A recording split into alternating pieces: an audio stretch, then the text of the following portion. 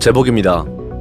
어제 오늘 아주 악질적인 왜곡 날조된 가짜뉴스가 심각합니다. 유서에는 이재명 대표는 이제 정치를 내려놓으십시오. 더 이상 희생은 없어야지요. 라는 내용이 담긴 것으로 파악됐다는 내용의 기사입니다. 왜곡을 기본으로 하는 제목 장사입니다. 자살로 추정되는 이 사건에 마치 이재명 대표가 깊이 연루된 것 같아 보이게끔 하는 전형적으로 왜곡된 기사 제목입니다. 이 기사는 사실관계가 부족해도 너무 부족합니다. 잘 모르겠으면 기사를 쓰지 말고 좀 더 취재해야 합니다. 그게 상식적인 겁니다. 1시간 뒤 동일한 문화일보의 기사입니다. 실제로 고인의 유서에는 억울하게 연루되었다는 이야기가 줄을 이루고 있습니다. 전 씨는 검찰 수사에 대한 억울함을 유서에 여러 차례 언급했다고 한다. 그는 유서에서 억울하게 연루됐다. 검찰 수사가 조작됐다. 사건 조작이 너무 많다는 주장을 반복한 것으로 알려졌다. 이런 상황인데 마치 이재명 대표가 연루된 것 마냥 왜곡된 제목으로 장사질을 하고 있습니다. 유족이 조문을 거부해 6시간을 대기했다는 기사입니다. 이건 사실이 아닙니다. 경찰이 숨진 전씨 시신에 대한 부검영장을 검찰에 신청했고 유족이 강하게 반발하고 있는 상황이었습니다. 이 때문에 이재명 대표는 조문을 위해 대기를 해야 했던 겁니다. 실제로 유족들은 이재명 대표의 조문을 거부한 적이 없습니다. 황망하게 가장을 잃은 유족들을 생각한다면 이런 기사를 써선 안 되는 겁니다. 경찰이 신청한 시신 부검영장은 오늘 오후 7시에 기각되었습니다. 권력에 빌붙은 일부 경찰, 흡사, 기생충과 같아 보입니다. 도무지 사람 같아 보이지가 않습니다.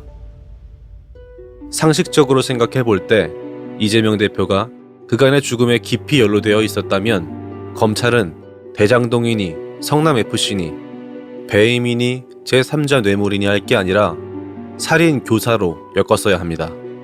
그 편이 검찰의 목표로 이루는데 훨씬 수월할 겁니다. 하지만 검찰은 그럴 수 없을 겁니다. 이재명 대표와 그간의 죽음은 실제로 관련이 없을 테니까요. 검찰발 소설을 언론이 받아쓰고 거기에 부화뇌동하는 쓰레기 같은 댓글들이 이를 확대 재생산합니다. 생각이 있고 양식이 있는 분들이라면 이 상황을 알아채야 합니다. 검찰의 무리한 수사는 어제 오늘 일이 아닙니다.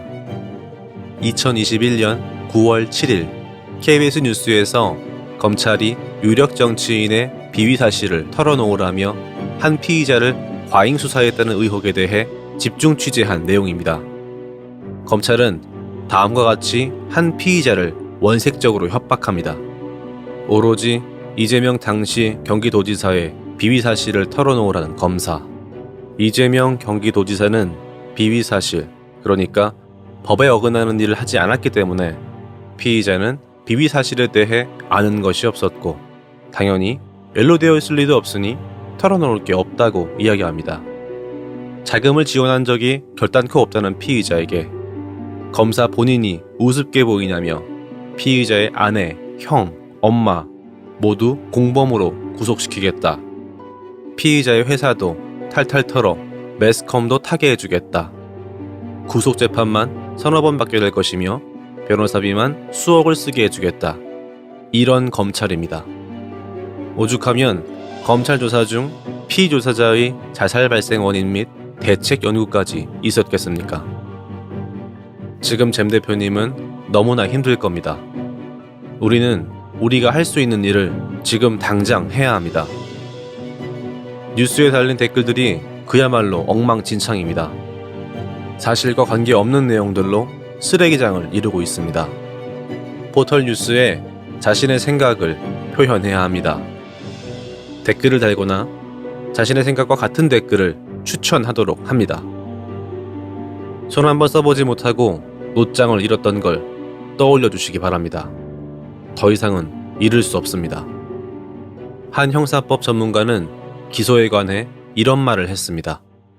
여러분들이 만약에 기소를 당해가지고 재판을 받으면서 몇 년 동안 재판을 받고 법정에서 상당히 법률적으로 숙련된 검사를 상대방으로 만나가지고 여러분이 몇 년을 재판을 받아서 결국 대법원에 가서 무죄를 받았다고 하더라도 여러분의 인생이 절단납니다.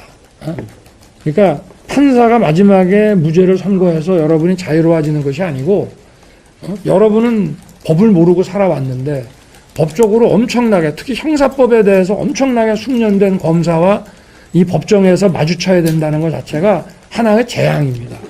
그래서 이 검찰의 기소라는 게 굉장히 무서운 겁니다, 이게 사실은. 그래서 이 함부로 이 기소하지 않고 또 기소해야 될 사안을 봐주지 않고 하는 것은 정말 중요합니다.